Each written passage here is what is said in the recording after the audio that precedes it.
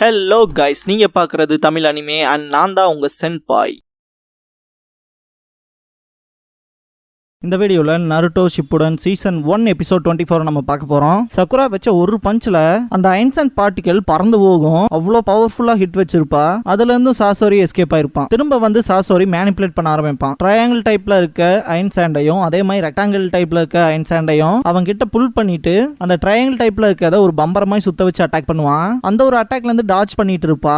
கடைசியா ஒரு பஞ்ச் வைப்பா, அது மொத்தமாவே லாக் ஆயிரும். அந்த ரெக்டாங்கிள் டைப்ல இருக்கிறத யூஸ் பண்ணி அட்டாக் பண்ண வரும்போது அங்க இருந்து அட்டாக் பண்றியான்னு ஒரு கிக் வைப்பா சக்குரா. இது கொகைனா அதுக்கு மேல ஒரு சர்ஃபேஸ் இருக்கும் இல்லையா, சோ அந்த சர்ஃபேஸ் வரைக்கும் மேல போற மாதிரி அந்த அயன் சாண்ட் மேல போயிரும். அவ்வளவு பவர்ஃபுல்லா அடிச்சிருப்பா சக்குரா. கடுப்பான சாசோரி திரும்பவும் அட்டாக் பண்ண ஆரம்பிப்பான். ஃபர்ஸ்ட் அட்டாக்ல இருந்து டாச் பண்ணிட்டு திரும்பி பாக்குறக்குள்ள பாத்தீங்கன்னா அந்த ட்ரையாங்கிள் டைப்ல இருக்க அயன் சாண்டை யூஸ் பண்ணி அட்டாக் பண்ணும்போது சியோ சக்குரான்னு கத்துவாங்க. சக்குரா இந்த இடத்துல ஒரு பஞ்ச் பண்ணுவா. மேல இருக்க சர்ஃபேஸ் ஃபுல்லா உடஞ்சு கீழே விழுந்துரும். இந்த இடத்துல த தேர்ட் காசேகாகே அப்படிங்கிற இந்த எபிசோடோட டைட்டில் போட்டு ஸ்டார்ட் பண்றாங்க. ஓப்பனிங் சாங் முடிஞ்சதுக்கு அப்புறமா கக்காஷிக்கு அந்த சவுண்ட் கேட்கவும் இது சக்குரா அண்ட் கிரானி சியோ இருந்த பக்கம் வந்துல வருது.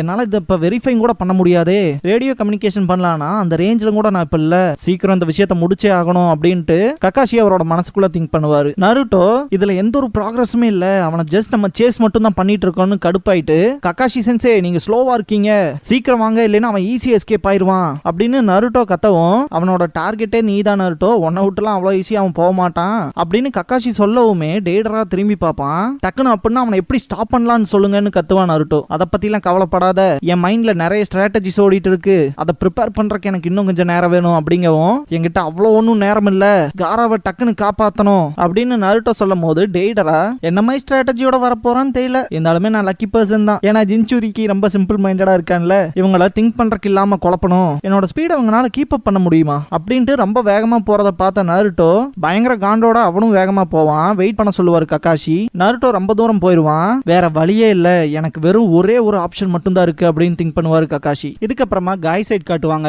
அவரோட காப்பியோட ஃபைட் பண்ற விதமே பாத்தீங்கன்னா வெறித்தனமா இருக்கும். ஆக்சுவலா அந்த பாயிண்ட்ல காய்னாலே பாத்தீங்கன்னா சமாளிக்க முடியாது, ஏன்னா அவருக்கு ஈக்குவலா ஃபைட் பண்ணுதுல, அதனால ஒவ்வொரு கிளிஃபா ஜம்ப் பண்ணி ஃபைட் பண்ணுவாங்க. ஒரு கட்டத்துக்கு மேல காய் சென்சே ஸ்டாப் ஆயிட்டு உங்களுக்கு யாருக்காவது அந்த சத்தம் கேக்குதா, ரொம்பவுமே நாய்ஸா இல்ல அப்படின்னு சொல்லி கேட்பாரு. நெஜி சைட் காட்டுவாங்க. நெஜி அண்ட் அவனோட காப்பி ரெண்டு பேருமே பாத்தீங்கன்னா ரொட்டேஷன் யூஸ் பண்ணி ரெண்டு பேர் மாத்தி மாத்தி அடிச்சுக்குவாங்க. நெஜி ரொம்ப தூரம் வந்துட்டு எனக்கும் அது நல்லாவே கேக்குது அப்படின்பா. 10-10 அவ காப்பியோட ஃபைட் பண்ணிட்டு இருப்பா. இந்த பாயிண்ட்ல இந்த ஒரு ஃபைட் பேலன்ஸ் ஆன மாதிரி தெரியாது, அந்த சத்தம் எனிமியோட ஹைட் அவுட்ல இருந்து வருது அப்படின்பா 10-10. லீ சைட் காட்டுவாங்க. அவனால முடிஞ்ச அளவுக்கு ஃபைட் பண்ணிட்டே தான் இருப்பான், இருந்தாலுமே ரொம்பவுமே மூச்சு வாங்கும். அந்த சத்தம் எங்க இருந்து தான் வருது, யாருக்காவது ஏதாவது தெரியுமான்னு சொல்லி கேட்பான். காய் சென்சே நெஜி கிட்ட பார்க்க சொல்லுவாரு. பார்க்கலாம் தான், ஆனா அந்த சண்டைக்கு நடுவால எப்படி அதை ப்ராப்பரா கன்வே பண்ண முடியாதே, டஃப் தான் அப்படின்பா. நெஜி அவனோட பியாக்குகான் யூஸ் பண்ணி பார்த்துட்டு அது எனிமியோட ஹைட் அவுட்டே தான், அது மொத்தமா இடிஞ்சிட்டு இருக்கு அப்படின்பா. இத கேட்ட 10-10 ஷாக் ஆவா. என்னதான் நடக்குது அங்கேன்னு லீ கேட்பான். அங்க நடக்கிற ஃபைட்ல சக்குரா அண்ட் கிரானி சியோ ஜெயிச்சிட்டாங்களா இல்ல எனிமி ஜெயிச்சானா, அங்க என்னதான் ஆச்சுன்னு காய் கேட்கும் போது அது அவ்வளவு தெளிவா என்னால சொல்ல முடியாது அப்படின்ட்டு அந்த பேட்டில்ல ரெண்டு பக்கமுமே ஈவனா தான் இருக்கு அப்படின்பா நெஜி. ஓ ஈக்குவலா இருக்காங்களான்னு 10-10 அதுதான் சக்குரான்கிறது அப்படின்ட்டு அப்ரிஷியேட் பண்ணுவான் லீ. இதுக்கப்புறமா நானும் தோக்க மாட்டேன்ட்டு எக்ஸைட்மெண்டோட ஃபைட் பண்ணுவான். அந்த ஹைட் அவுட் மொத்தமாவே கொலாப்ஸ் ஆயிருக்கும். ஒரு குட்டி பொண்ணு கிட்ட இவ்வளவு ஸ்ட்ரென்த் அப்படின்ட்டு அப்ரிஷியேட் பண்ணுவான் சாசோரி. இவ்வளவு ஷார்ட் டைம்ல சாசோரியோட அட்டாக் பேட்டர்னை ரீட் பண்ண ஆரம்பிச்சிட்டா சக்குரா. என்னோட ஹெல்ப் இல்லாமயே இவனால பேட்டில் பண்ண முடியும், இவ்ளோ எபிலிட்டி உனக்குள்ள இருக்குன்னு எனக்கு தெரியல அப்படின்னு சியோ சொல்லிட்டு சக்குராவை பாராட்டுவாங்க. இதுக்கப்புறமா சாசோரியை அட்டாக் பண்ண ஆரம்பிப்பான். அந்த அட்டாக்ல இருந்தெல்லாம் டாச் பண்ணிடுவா சக்குரா. அந்த சுனாடே அவகிட்ட ஒரு நல்ல ஸ்டூடெண்ட் இருக்கா அப்படின்னு சொல்லி சியோ திங்க் பண்ணுவாங்க. இந்த பாயிண்ட்ல சக்குரா சுனாடே கிட்ட லெசன்ஸ் லேர்ன் பண்ணிருப்பா இல்லையா, அந்த விஷயத்தை காட்டுவாங்க. சுனாடே சக்குரா கிட்ட ரொம்பவுமே முக்கியமான விஷயமா மெடிக்கல் நிஞ்சாக்கு இருக்க வேண்டியது அட்டாக் எபிலிட்டிங்கிறது நமக்கு செகண்டரி இம்பார்ட்டன்ஸ் தான். எதனாலன்னு தெரியுமான்னு சொல்லி கேட்கவும் தெரியும் அப்படின்ட்டு மெடிக்கல் நிஞ்சா ஒரு யூனிட்டோட சப்போர்ட்டிங் ரோல்ல இருப்பாங்க. காம்ரேட்ஸுக்கு சப்போர்ட் பண்றது தான் பேட்டில்ல ரொம்பவுமே இம்பார்ட்டன்ட். அந்த வகையில ஃபர்ஸ்ட் வரதே மெடிக்கல் எபிலிட்டியா தான் இருக்கும் அப்படின்னு சொல்லவும் இது மொத்தமா தப்பு அப்படின்பாங்க சுனாடே. ரொம்பவுமே முக்கியமான எபிலிட்டி அப்படிங்கிறது எனிமியோட அட்டாக்ல இருந்து டாச் பண்றது தான் அப்படின்பாங்க. சும்மா தப்பிக்கிறதா அப்படின்ட்டு ஷாக்காவா சக்குரா. ஒரு மெடிக்கல் நிஞ்சா மட்டும் எனிமியோட அட்டாக்ல மட்டும் எப்பவுமே ஒரு அடி கூட வாங்கிடக்கூடாது அப்படின்னு சுனாடே சுனாடே கேட்கவும் ஏன்னு கேப்பா சக்குரா. பெருமூச்சு விட்டுட்டு மெடிக்கல் நிஞ்சா மட்டும் செத்து போயிட்டா, யூனிட்ல இருக்க மெம்பர்ஸ் எல்லாம் யாரு ஹீல் பண்ணுவா அப்படின்னு சொல்லவும் ஷாக் ஆவா சக்குரா. இப்ப நான் ரியலா உன்னை அட்டாக் பண்ண போறேன், என்னோட எல்லா அட்டாக்ல இருந்துமே நீ டாஜ் பண்ணும், இதுல இருந்து நான் பின்வாங்க போறதா இல்ல, ஒவ்வொரு அடி இடியோட்ட தான் விழுகும் அப்படின்பாங்க சுனாடே. இந்த சீன்ல சக்குரா கிட்ட ஒரு மிஸ்டேக் இருக்கு. மேக்ஸிமம் நிறைய பேர் அதை பெருசா நோட் பண்ணிக்க மாட்டீங்க. சக்குராவை பொறுத்த வரைக்கும் எப்பவுமே பாத்தீங்கன்னா ஷார்ட் ஹேர் தான் இருக்கும். சுனின் எக்ஸாமோட 2வது ரவுண்டான அந்த ஃபாரஸ்ட் ஆஃப் டெத்ல பாத்தீங்கன்னா அவளோட ஹேரை வந்து அவளே கட் பண்ணிருப்பா குனாயை யூஸ் பண்ணி. அதுக்கப்புறமா அவள் லாங் ஹேர் வந்து வச்சிருக்கவே மாட்டா. சரி முடி வெட்டாம விட்டுட்டாங்கன்னு வச்சுக்கோங்க ப்ரோ அப்படின்னு சொல்லி நிறைய பேர் சொல்லலாம். முடி வளராமையும் இருக்காது, பட் இருந்தாலுமே இது ஒரு சின்ன மிஸ்டேக்கா தான் நிறைய பேர் கன்சிடர் பண்றாங்க. இதுக்கப்புறமா சக்குராவோட பிரசன்ட் பேட்டில காட்டுவாங்க. சாசோரி அட்டாக் பண்றதுக்கு தயாராவான். அதை நோட் பண்ண சக்குரா வேகமா ஓடி போய் அதுல இருந்து டாஜ் பண்ணுவா. இந்த அட்டாக்ல பாத்தீங்கன்னா அந்த ஒரு அயன் சாண்டை பஞ்ச் பண்ணுவா, இன்னொரு மேல மோதி ரெண்டுமே ரெப்பல் ஆகும். இந்த பாயிண்ட்ல சக்குரா சுனாடே கூட எடுத்து அந்த ட்ரைனிங்கை திங்க் பண்ணி பாப்பா. சுனாடே நான் உன்னை ரியலா அடிக்க போறேன், இந்த பாயிண்ட்ல சீரியஸா இருக்க போது இதுக்கு நீ தயாரான்னு சொல்லி கேட்பாங்க. தயார் தான் அப்படின்னு சொல்லவும் சுனாடே ஹெவன் கிக் ஆஃப் பெயின் கிரேட் டெக்னிக்கை யூஸ் பண்ணுவாங்க. அதுல இருந்து எஸ்கேப் ஆயிட்டு கண்ணை மூடுவா சக்குரா. கண்ணை மூடாதேன்னு சொல்லிட்டு வயித்துல பஞ்ச் பண்ணுவாங்க. ஒரு மரத்து மேல போய் மோதுவா, அந்த மரமே உடஞ்சிரும், கீழே விழுந்துருவா. எதிரியோட சண்டை போடும் போது எதுக்கு கண்ணை மூடுறேன்னு சத்தம் போடுவாங்க. எனிமீஸோட ஒவ்வொரு மூமெண்ட்டையுமே க்ளோஸா வாட்ச் பண்ணும். அட்டாக் நடக்கிறதுக்கு முன்னாடி, நடக்கிறப்ப, நடந்ததுக்கு அப்புறமானு சின்ன சின்ன மூமெண்ட்ஸையுமே பார்த்தேன்னா தான் எஸ்கேப் ஆக முடியும். நீ ஷினோபின்கனால கண்டிப்பா அதை பத்தி கேள்விப்பட்டிருப்ப.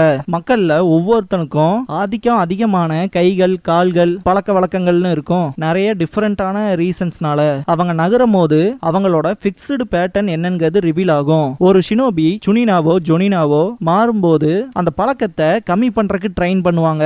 எனிமிக்கு அந்த பேட்டர்ன் ஈஸியா தெரிஞ்சிடக்கூடாதுங்கிறக்காக.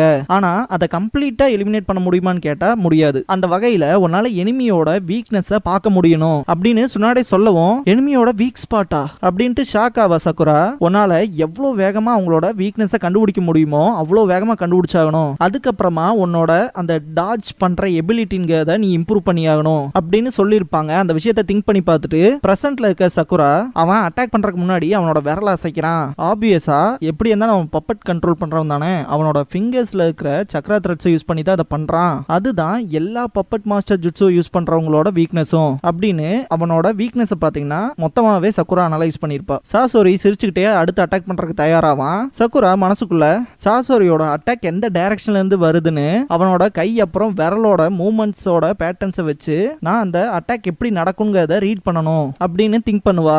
சாசோரி அவ என்ன கழுகு மாதிரி பார்த்துட்டு இருக்கா, எனக்கு தெரிஞ்சு அதிக டைம் எடுக்கும், நான் சில சக்கராவை யூஸ் பண்ணி ஆகணும், வேற வழியே இல்லை, எனக்கு தெரிஞ்சு நான் அதை வச்சு அவ கதையை முடிச்சே ஆகணும் அப்படின்ட்டு அயன் சாண்ட் அன்லீஷ் அப்படிங்கிற ஜுட்ஸுவை யூஸ் பண்ணுவான். இந்த ஜுட்ஸுவை அயன் சாண்ட் வேர்ல்ட் ஆர்டர்னு சொல்லுவாங்க. இந்த ஒரு ஜுட்ஸுவை யூஸ் பண்ற யூசர் பாத்தீங்கன்னா ஃபர்ஸ்ட் 2 பெரிய அயன் சாண்டை வந்து இந்த மேக்னெட்டிக் ஃபீல்ட்ஸ் சொல்லுவாங்க இல்லையா, அதுக்கு ஏத்த மாதிரி ஆப்போசிங் பண்ணுவாங்க.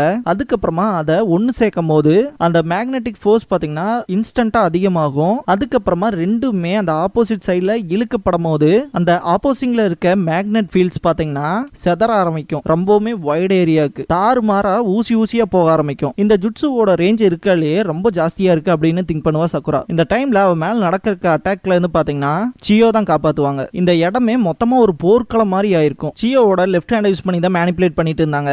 இப்ப அந்த கை மேலயுமே ஒரு பாறை விழுந்திருக்கும். இந்த டைம்ல கூட பாத்தீங்கன்னா சக்குரா கிவ் அப் பண்ணிருக்க மாட்டா. சக்குரா நீ ஓகேவான்னு சொல்லி சியோ கத்துவாங்க. சக்குராவோட ரைட் ஹேண்ட்ல பலமா அடிபட்டிருக்கும், ரத்தம் வர அளவுக்கு. ரொம்பவுமே எக்ஸாஸ்ட் ஆயிருப்பா. இந்த பாயிண்ட்ல சியோ சொன்ன அந்த இம்பார்ட்டன்டான விஷயத்தை திங்க் பண்ணி பார்ப்பாங்க. ஃபர்ஸ்ட் நீ அவன் பக்கத்தால போகணும், அதுக்கப்புறம் உன்னோட இன்கிரீடியபிள் ஸ்ட்ரென்த்தை யூஸ் பண்ணி அவனோட பப்பட்டை உடைக்கணும் அப்படின்னு சொல்லும் போது சரின்னு இருப்பா சக்குரா. இந்த பாயிண்ட்ல சியோ என்ன நடந்தாலும் சரி அவனோட ஹிடன் டிவைஸ்ல இருந்து வர அட்டாக்ஸ்ல இருந்து எப்படியாச்சும் டாச் பண்ணிரு, அதுலயும் பர்ஃபெக்டா உன் மேல ஒரு சின்ன ஸ்கிராட்சிங் கூட விழுக கூடாது, பாய்சன்னால தானே அப்படின்னு சொல்லி கேட்டிருப்பா சக்குரா. அதேதான், வெறும் சின்ன ஸ்கிராட்ச் போதும் பெரிய காயமாயிரும் அப்படின்னு சொன்ன விஷயத்துல திங்க் பண்ணி பாப்பா. சக்குராவை பார்த்த சியோ அது பாய்சனே தான் அப்படிங்கிற விஷயத்த கண்டுபிடிச்சிருவாங்க. நீங்க நினைக்கிற அளவுக்குலாம் இருக்காதுன்னு நான் தான் சொன்னேன்ல பாட்டி அப்படின்னு சொல்லவும், நான் சந்தேகப்பட்டது சரியா போச்சு, அயன் சாண்டோட பாய்சனை கலந்துருக்க இல்லையா அப்படின்னு கேட்பாங்க. சக்குரா உணர்ச்சியே இல்லாம கீழே விழுவா. பாய்சன் வேலை செய்ய ஆரம்பிச்சிச்சு போல ஏன்ட்டு சிரிப்பான் சாசோரி. அந்த பப்பட்டோட பாய்சன் பார்ட்டை க்ளோஸ் பண்ணிட்டு சீக்கிரமாவே உன் உடம்பு உணர்ச்சி இல்லாம போயிரும், அதுக்கப்புறம்லாம் உன்னால நகரவே முடியாது அப்படிங்கும் போது சக்குராலாம் துடிச்சிட்டு இருப்பா. எனக்கு தெரிஞ்சு 3 நாள் தாக்கி பிடிக்கலாம், அதுவும் நான் உன்னை விட்டாதான், எனக்கு அந்த இன்டென்ஷனே கிடையாதுன்னு அட்டாக் பண்ணுவான். இந்த பாயிண்ட்ல பிளேடு யூஸ் பண்ணுவான். அதெல்லாம் பாக்குற சியோல ரொம்பவே ஷாக் ஆவாங்க. சக்குரா பக்கத்தால் நெருங்கும் போது சக்குரா அப்படின்னு சொல்லிட்டு கத்துவாங்க. அன்எக்ஸ்பெக்டட்ரா அப்படின்னு சொல்ற மாதிரி சக்குரா பாத்தீங்கன்னா எந்திரிச்சு பஞ்ச் பண்ணி அந்த பப்பட்டவே மொத்தமா காலி பண்ணிடுவா.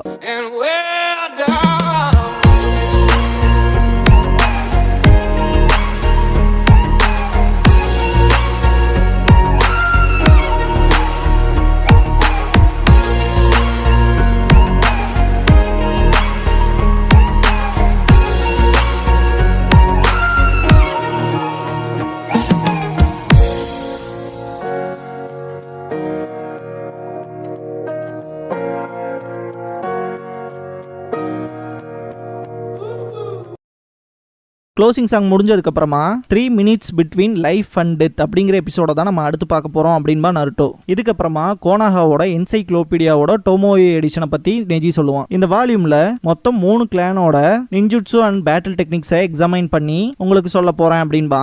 ஃபர்ஸ்ட் பாத்தீங்கன்னா யாமனாக்கா கிளானை பத்தி சொல்லுவான். அவங்களோட ஸ்கில்லே மைண்ட் கண்ட்ரோல்ல தான் இருக்கு. Mind transfer and mind distraction jutsu அப்படின்னு சொல்லும் போதே டென்டன் இருந்துட்டு அது உண்மையாமே வேற லெவல் ஜுட்சு தான், இருந்தாலுமே டாச் பண்றதுக்கு ஈஸியா இருக்கும் அப்படின்னு சொல்லும் போது அதுக்காக தான் நாரா கிளானோட ஜுட்சு தேவைப்படுது அப்படிங்கவும் டென்டன் இருந்துட்டு எனிமியை ஃப்ரீஸ் பண்ணி வைக்கிறதுக்கான shadow possession and shadow paralysis jutsu மூலமா. இருந்தாலுமே இந்த மாதிரியான சப்போர்ட்டிங் ஜுட்சுலாம் ஒரு ஃபைனல் பஞ்ச் கொடுக்குற மாதிரி இருக்காதே அப்படின்னு சொல்லுவா டென்டன். அதனால தான் ஆக்கிமிச்சி கிளான் டைரக்ட் அட்டாக்ஸை ஹேண்டில் பண்ணிக்குவாங்க அப்படின்னு சொல்லவும் டென்டன் இருந்துட்டு ஹெவியான அட்டாக் கொடுப்பாங்க அவங்களோட எக்ஸ்பான்ஷன் ஜுட்சு யூஸ் பண்ணி.